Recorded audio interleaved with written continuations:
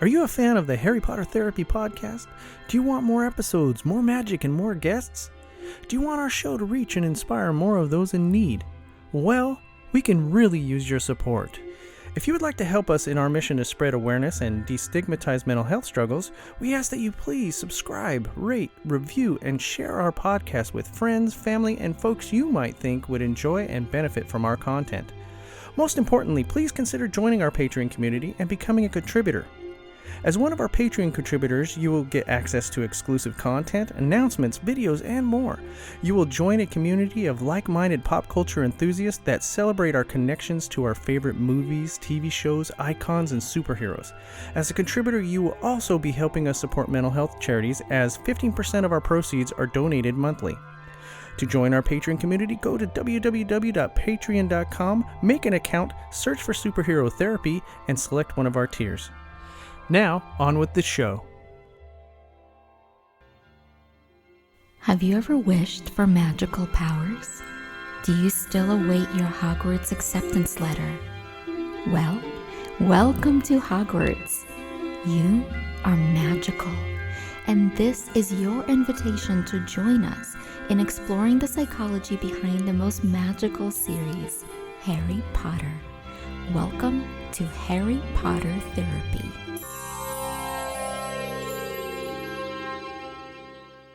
Hello, all you magical people out there, and thank you so much for tuning in to Harry Potter Therapy.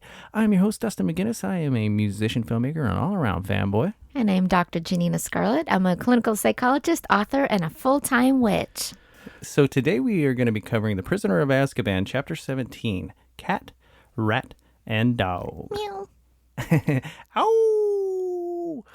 Which is actually very appropriate because of this chapter. As we left off in the last chapter, Harry, Ron, and Hermione had just heard this swooshing thump, and they assumed that Buckbeak just was beheaded. No. Per the magical justice system here. There is no justice in the magical system. Not for Buckbeak.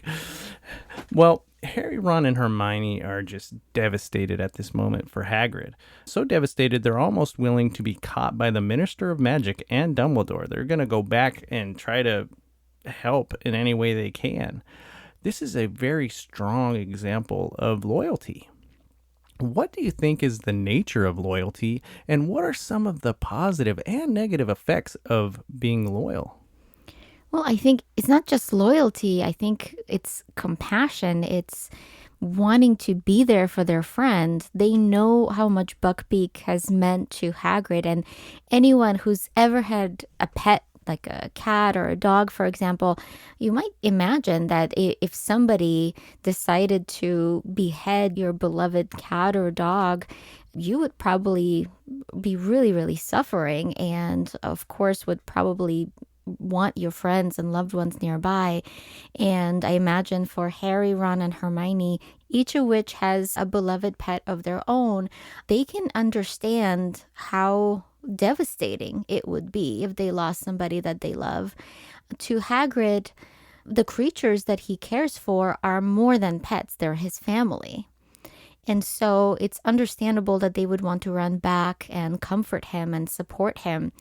And so I think it's not just loyalty. I think it's compassion. I think it's dedication. I think it's friendship. I think it's what we feel toward members of our chosen family. It's that kind of love. And the pros of this kind of loyalty, as you put it, I think is that we tend to really support the people that we care about. A lot of times people think that family comes first, right? A lot of cultures kind of tell us blood is thicker than water. But as we see in the series, and I think the reason why it speaks to so many people is that the people we're closest to don't have to be related to us through blood. They can be our chosen family. And that's true for these four, for Harry, Ron, Hermione, and Hagrid, right? They're very close. None of them are related to each other, and they all love each other as family. And so I think the positives of this kind of loyalty is that people would show up for each other in their darkest moments, would really support each other, even if it means risking their own well-being. And I guess some of the cons is that sometimes we might do something irrational without thinking about how it might impact not only us, but also the other person. And Hermione is the only one to point out that if they all rush over to help Hagrid, then Hagrid's going to be the one to be in trouble for having the 3 kids at his hut during a time of a lockdown. Yeah. I love friendships and I love loyalty. I just figured that sometimes you can get yourself in trouble being a little bit too loyal to something. Not only you getting yourself in trouble, but sometimes getting another person in trouble, right? So I think it's sometimes when we do things that might be a little bit irrational or things without thinking, right? Because ideally, we want to create a balance between emotion and rationality, right? If we're only rational, that's not going to be a very good quality friendship, right? Because then we don't have that emotional connection to the other person. But if all we're doing is acting on emotion, we're going to possibly make some irrational or unhealthy or unsafe choices. And so Hermione's really the voice of reason here, as she usually is, to point out to the boys that we can't run over there right now. And so the 3 of them are kind of stuck grieving over what they think is Buckbeak's death and also experiencing tremendous empathic distress over what they believe Hagrid might be going through. Yeah, most definitely. In this chapter, there's a very wild situation where a terrified Scabbers bites Ron and he gets loose. Crookshanks suddenly shows up and chases after Scabbers. Meow. And then Ron chases after them both. And as soon as he snatches Scabbers up again, a large jet black dog appears. And this dog attacks Ron, latches onto his arm with his jaws, and drags Ron away like a rag doll. Harry, I'm hiding, run! Mr. Grim!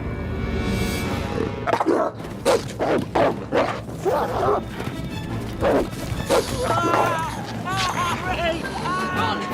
Away! Run!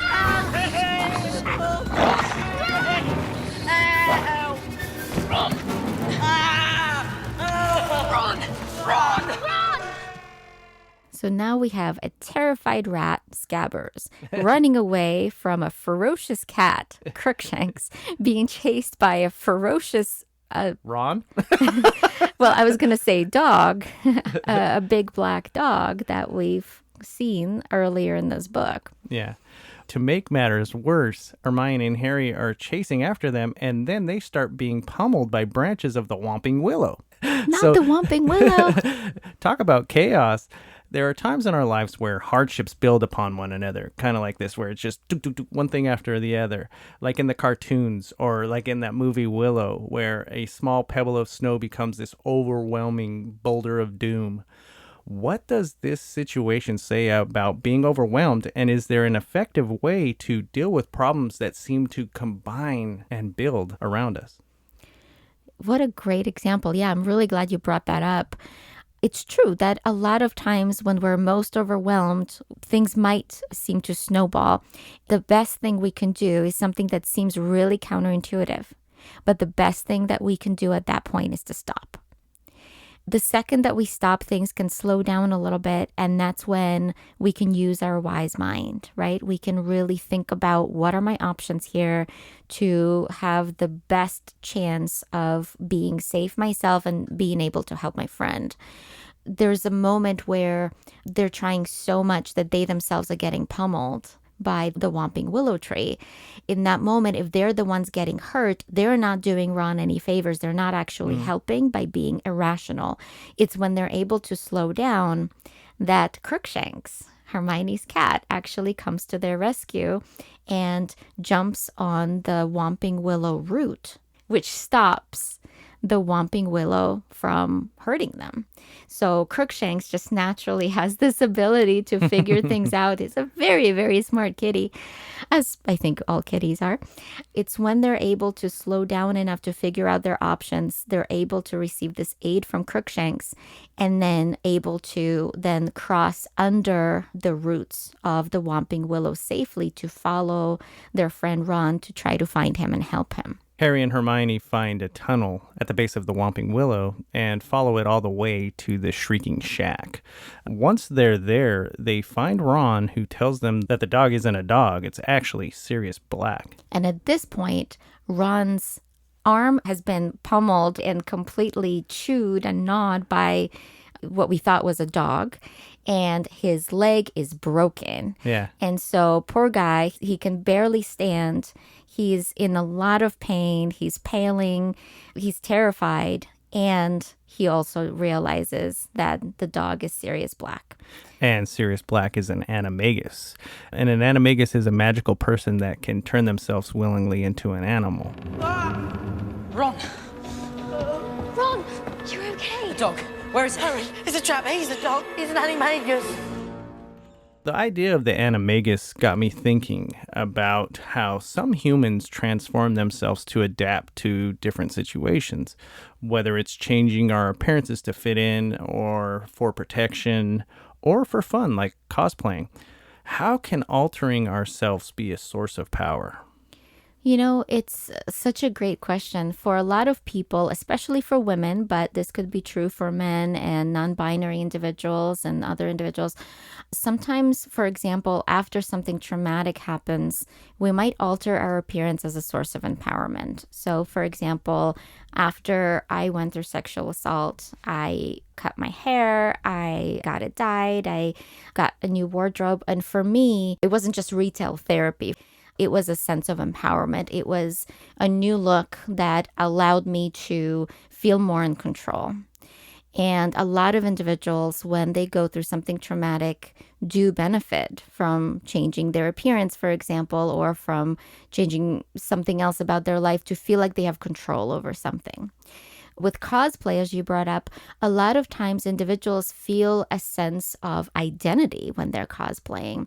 And so, for example, for individuals whose gender identity is not the same as their biological sex, but individuals who might not yet have been able to or felt ready to come out about their gender identity, cosplaying in a way that's consistent within their gender identity, for example, might be a sense of self-empowerment, right? Might be something that would allow them to find that sense of connection with who they really are.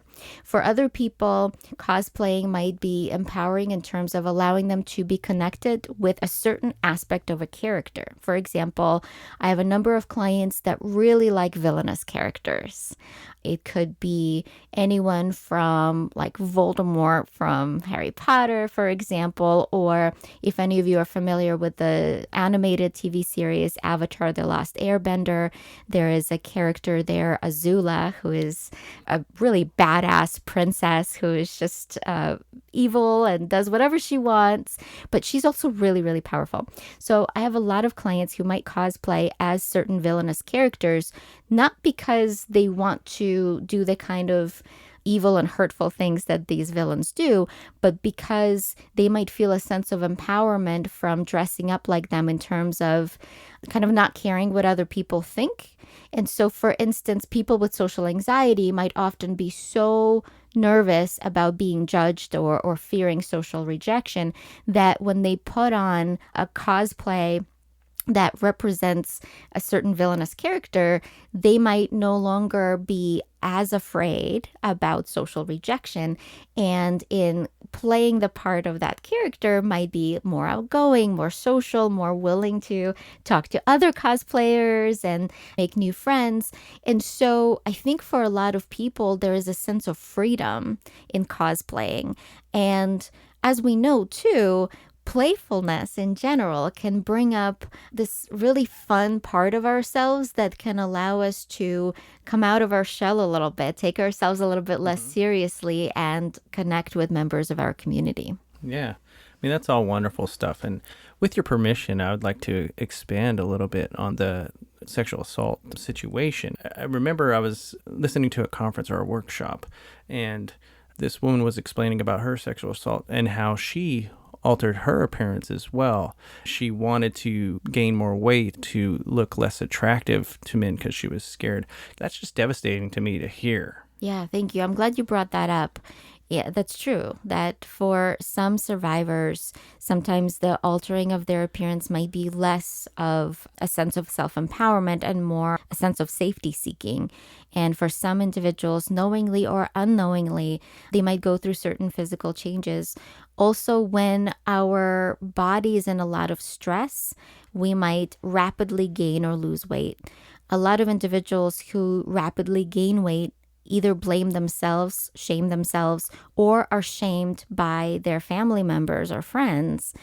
And I think a number of us have gone through that. I've gone through that too, where after a traumatic experience, I gained 30 pounds in 1 month and received a lot of criticism from my family and was fat shamed for it. And I think that for a lot of individuals, our bodies respond differently. We're so flooded with stress hormones that processing food is the last thing on our body's mind, right? When we are in fight or flight mode, we're not able to rest and digest. These are opposite systems. They don't typically function at the same time, not in their extremes anyway. So when we're at our highest emotional distress, it is very hard for our body to self-regulate and to process.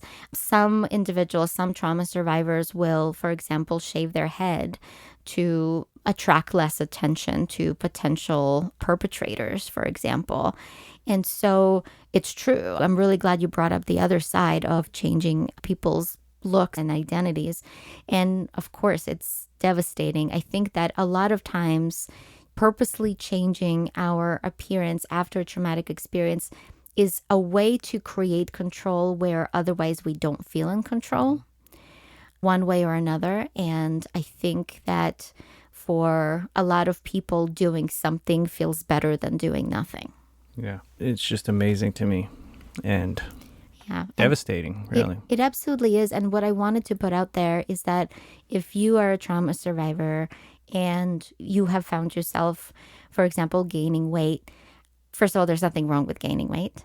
Unfortunately, we live in a fat-shaming society, and I'm hoping to change that. And second of all, if your body is going through these changes, it is not your fault. It is your body trying to keep itself safe and to focus on survivor mode. You are a freaking superhero and a dragon slayer in just everything you've gone through and all the monsters that you face and every given day. And by monsters, I mean memories and flashbacks and everything that you're probably dealing with on a regular basis. If anyone out there is fat shaming you, it's because they don't know the half of what you've been through and the half of what your body is fighting on a regular basis and the kind of armor it's trying to create to protect you. So please, please don't shame yourself for what your body's going through. Whatever changes your body's going through, it's your body trying to keep you safe. And please focus on taking care of yourself in terms of maybe getting support from either supportive community, maybe trauma survivor support group or a mental health professional. And please focus on self-compassion first before anything else. Most definitely. Thank you so much for all that. Speaking of change, when Harry finds out that the dog is Sirius and Sirius is there, Harry just snaps. All the bad he's heard about Black this year hits him all at once, and he's out for blood. He wants to attack. He wants to kill Sirius Black. If you want to kill Harry, you'll have to kill us too. No, only one would die tonight. Then it'll be you!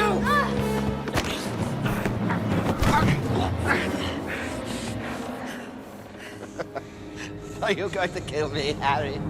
And at this point, he doesn't even have his wand because Sirius does an Expelliarmus spell, right, and takes Harry's wand away. But even though Harry's only 13 years old and this is a grown man, Harry does end up getting the best of Sirius Black and is just prepared to unleash all the pain he's been bottling up. He really wants vengeance for his parents' deaths. Besides the personal justice aspect of this situation, what is it about pain that can cause even the kindest of people to lash out and do things against their character? Great question. I think when we experience pain, we look for some kind of way to soothe it. And when our body goes into that fight or flight mode, when we are in pain already, we might act impulsively. For some people, when they're in physical pain, for example, they might punch a wall, which will only add to their physical pain. But at the same time, for some individuals, might provide almost a temporary relief, because we might feel once again as if we're in somewhat of a control in a situation where we're not in control.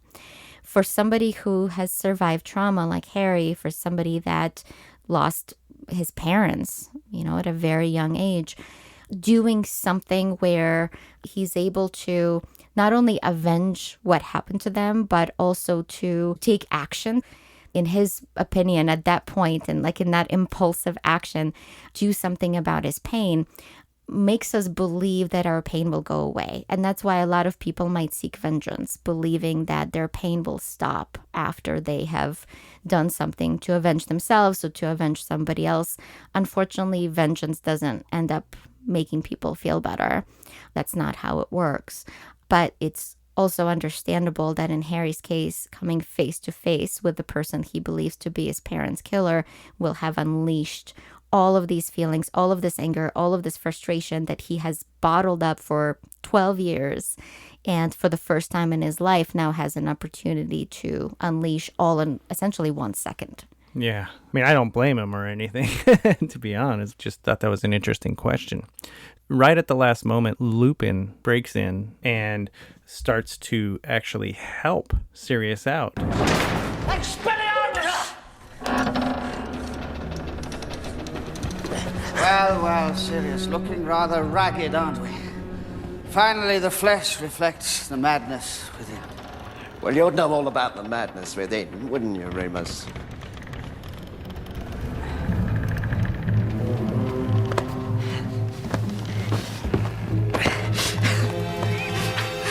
I found him. I know. It's him. I understand. Let's kill him! No! And it looks like he's been aiding him the whole time, letting him into the castle. And of course, the kids are furious. yeah, this devastates Harry, but it especially devastates Hermione.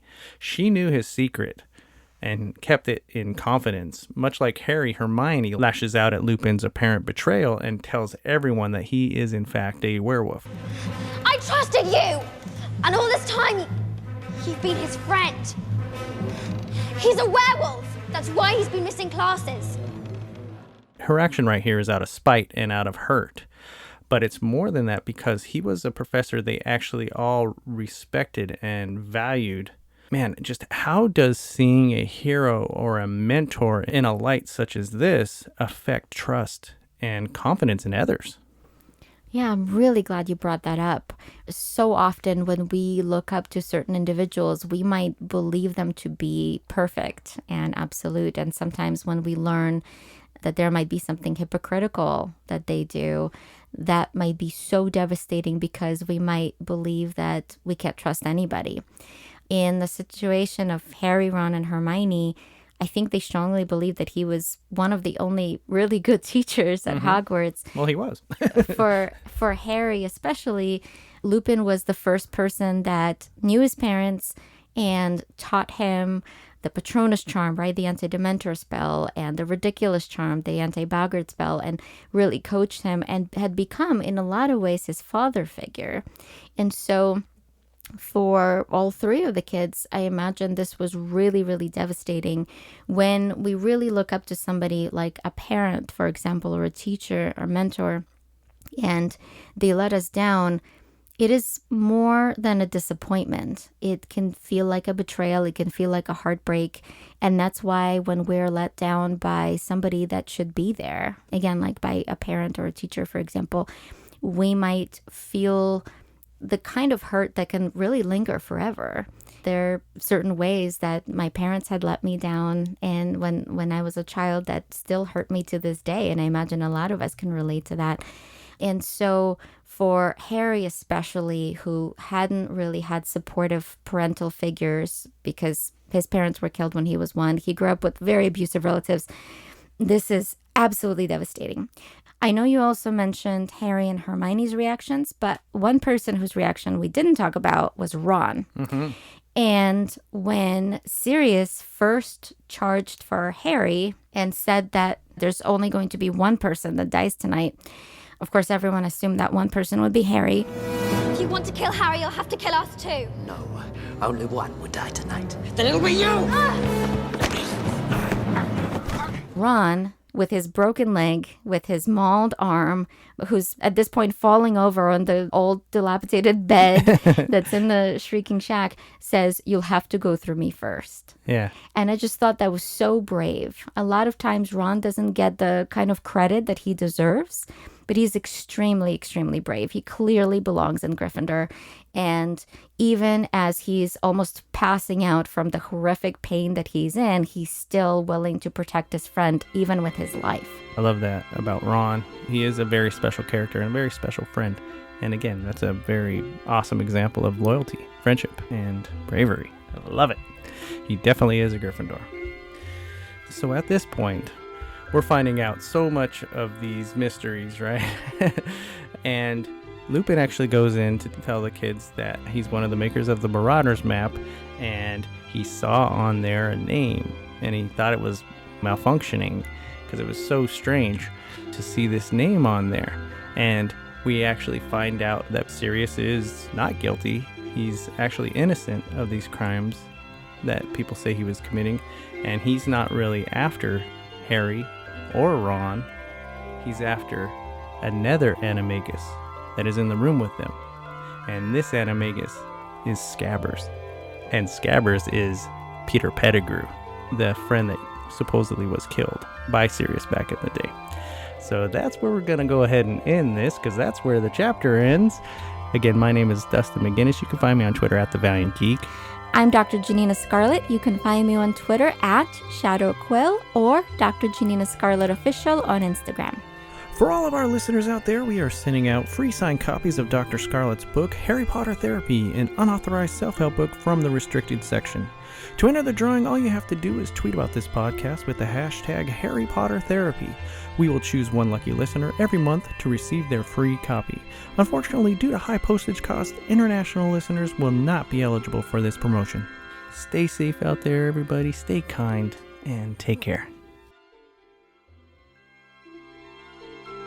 The information presented in this podcast is of a general nature and is intended for educational and entertainment purposes only.